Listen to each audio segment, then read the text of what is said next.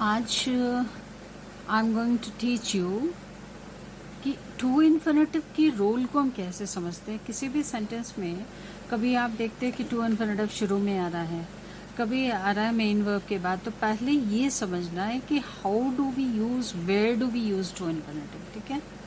Because to infinitive के rules I have already taught you, तो वो समझने के बाद ये समझना बेटर होगा।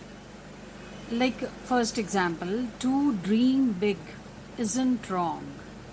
अब यह मीनिंग क्या आ रहा है? बड़े सपने देखना बुरी बात नहीं।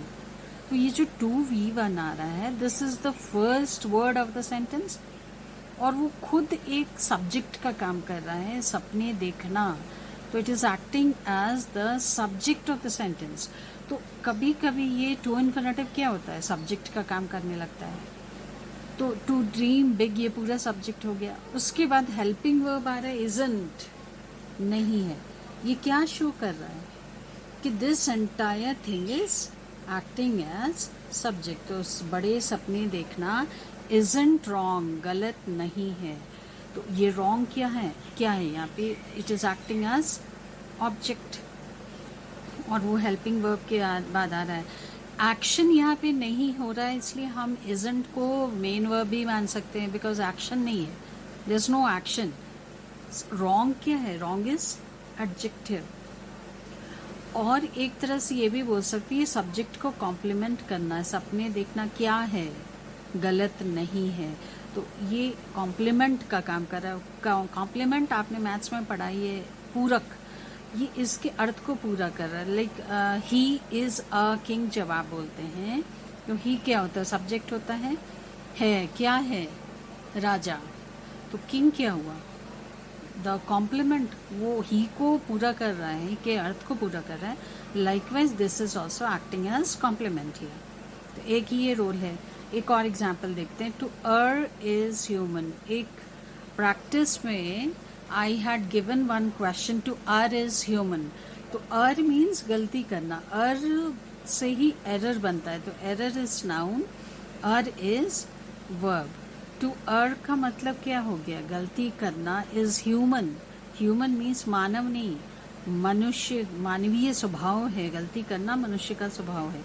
तो to err is acting as, है वो verb, to infinitive, but again यहाँ पे वो सब्जेक्ट का काम कर रहा है। क्लियर।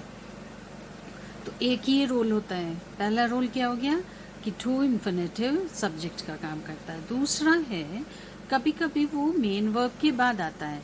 जो एग्जाम्पल्स मैंने दिए थे, जो रूल्स में था ना, कि लाइक शी वॉन्ट्स, वो चाहती है, क्या चाहती है, टू लर्न फ्रेंच, फ्रेंच सीखना। तो वॉन्ट, चाहती है, इज द मेन वर्ब। वो क्यों मेन वर्ब है, क्योंकि वो टेंस के अनुसार चेंज हो रहा है। V5 लग रहा है because she is third person singular. तो वो चाहती है, क्या चाहती है, क्वेश्चन क्या उठता है, क्या चाहती है। तो जब भी किसी भी चीज का क्या लगाकर अगर वर्ब में आप प्रश्न करते हैं, क्या चाहती है, तो जो जवाब मिलता है उसको हम लोग नॉर्मली क्या बोलते हैं, ऑब्जेक्ट बोलते हैं। बट ये वर्ब भी तो है। तो जब 2V1 अगर किसी मेन वर्ब के बाद आ रहा है, तो वो ऑब्जेक्ट की तरह काम कर रहा है, बट है वो क्या, वो टू इन्फिनेटिव है। तो ये दो तरह के रोल होते हैं जो टू इन्फिनेटिव्स करते हैं। तो ये चीज़ क्लियर होना चाहिए दिमाग में कि ये 2V1 क्यों शुरू में आ रहा है, किसी में बाद में आ रहा है। तो there should be no confusion regarding that. अब आते हैं ये पार्टिसिपल क्या है। तो participle is another form of verb, जो कि मेन वर्ब नहीं है, जो कि ए नॉन फाइनाइट वर्ब का सेकेंड टाइप है। ओके। तो अब इसमें तीन होते हैं। एक होता है प्रेजेंट पार्टिसिपल, जो कि V4 फॉर्म होता है, और मीनिंग क्या क्या हो सकता है, करते हुए, करने पर, करने में। दूसरा होता है पास्ट पार्टिसिपल, वो V3 फॉर्म होता है। This I will discuss with the help of examples, ऐसे इसका मीनिंग क्लियर नहीं होगा। और तीसरा है परफेक्ट पार्टिसिपल, वो होता है हैविंग प्लस V3, जिसका मतलब होता है, हिंदी मीनिंग आता है करने के बाद। अब ये हैविंग V3 के जगह हम लोग आफ्टर V4 भी लिख सकते हैं। तो I will discuss all this with the help of example. अब यहाँ एक और चीज़, जेरंड भी तो V4 होता है और पार्टिसिपल भी V4, तो पहले you have to understand what is the difference between the two, वो कब पार्टिसिपल है और कब वो जेरंड है। तो एक तो तरीका है कि आप पार्टिसिपल की मीनिंग्स याद रखिए, करते हुए, करने पर, करने में, बट जेरंड का हिंदी होता है करना या करवाना। तो एक ये तरीका है। दूसरा क्या तरीका है, let us see an example. Swimming is a good exercise, मतलब क्या है, तैरना या तैराकी एक अच्छा व्यायाम है। तो यहाँ पे स्विमिंग क्या काम कर रहा है, ये खुद सब्जेक्ट बन गया या नाउन बन गया है, मतलब वो एक उस प्रक्रिया, उस प्रोसेस को एक्सप्लेन कर रहा है, तो it is acting as noun और सब्जेक्ट। और हम इसी की बात कर रहे हैं, तो स्विमिंग इज है, क्या है, गुड एक्सरसाइज। ये क्या हो गया, सब्जेक्ट कॉम्प्लीमेंट, ये सब्जेक्ट के अर्थ को पूरा कर रहा है। स्विमिंग क्या है, एक अच्छा एक्सरसाइज है, तो ये इसका पूरा कि but swimming is acting as what, it is acting as noun, so this is gerund. अब दूसरा देखते हैं example, shouting in the class is bad manners, class में चिल्लाना बुरी आदत है। शाउटिंग का हिंदी क्या आ रहा है, चिल्लाना, या स्विमिंग का हिंदी क्या आ रहा है, तैरना या तैराकी भी बोल सकते हैं। तो एक तो मीनिंग वाइज ये जेरंड हो गया, ये दोनों। दूसरा, चिल्लाने की प्रक्रिया की बात करें, प्रोसेस, तो यहाँ पे ये खुद सब्जेक्ट, इसी के बारे में हम बात कर रहे हैं, तो it is acting as subject, वो सब्जेक्ट का काम कर रहा है। तो क्लास में चिल्लाना बुरी आदत है या बुरा व्यवहार है, तो शाउटिंग अगेन इज जेरंड, क्योंकि वो खुद सब्जेक्ट का काम कर रहा है। अब एक और एग्जाम्पल देखते हैं, इससे क्लियर होगा कि कब वो जेरंड है और कब वो सेम वर्ड पार्टिसिपल बन जाएगा। The children shouting in the class were punished, class में चिल्लाने वाले बच्चों को सजा दी गई।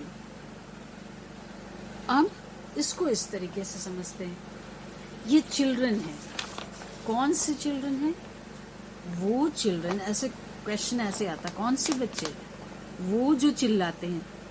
तो अब ये जो शाउटिंग है, आप शाउटिंग की बात तो अब नहीं कर रहे, अब आप चिल्ड्रन की बात कर रहे हैं। तो चिल्ड्रन, कौन से चिल्ड्रन, चिल्लाने वाले। तो ये जो है, ये बच्चों की क्वालिटी को बता रहा है, क्वालिटी ऑफ चिल्ड्रन। तो जब V4 नाउन्स के साथ आता हो वाक्य में और नाउन की क्वालिटी को बताता है, तो इट इज पार्टिसिपल, और खुद वो नाउन बन जाता है, तो इट इज जेरंड। तो this is how you can differentiate.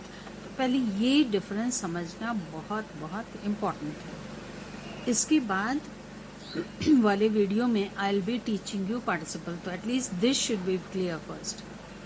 Next है, she sat there trying to analyse the situation, वो वहाँ बैठी हुई थी। सिट का V2 इज सैट, तो यहाँ पे सैट क्या है, मेन वर्ब है और उसका V2 इज सैट, सिट का V2 इज सैट, वहाँ बैठी हुई थी। अब क्या कर रही थी बैठकर, एक और एक्शन वो कर रही थी, बैठी थी, एक और एक्शन कर रही थी। तो एक चीज आपको क्लियरली समझना है कि जो मेन एक्शन है वो मेन वर्ब है, और दूसरे एक्शन को करते हुए वो फर्स्ट कर रही थी। तो परिस्थिति का विश्लेषण करने की कोशिश करते हुए, ओके। तो ये जो है, ये सेंस क्या दे रहा है, कोशिश करते हुए। तो ये जो मेन वर्ब के अलावा जो आता है, जो इस प्रोसेस के साथ के कंटिन्यूटी में जो प्रोसेस चल रहा है, उसको हम पार्टिसिपल कहते हैं। तो सैट इन द प्रोसेस, उस प्रक्रिया के दौरान वो क्या कर रही थी, ट्राइंग।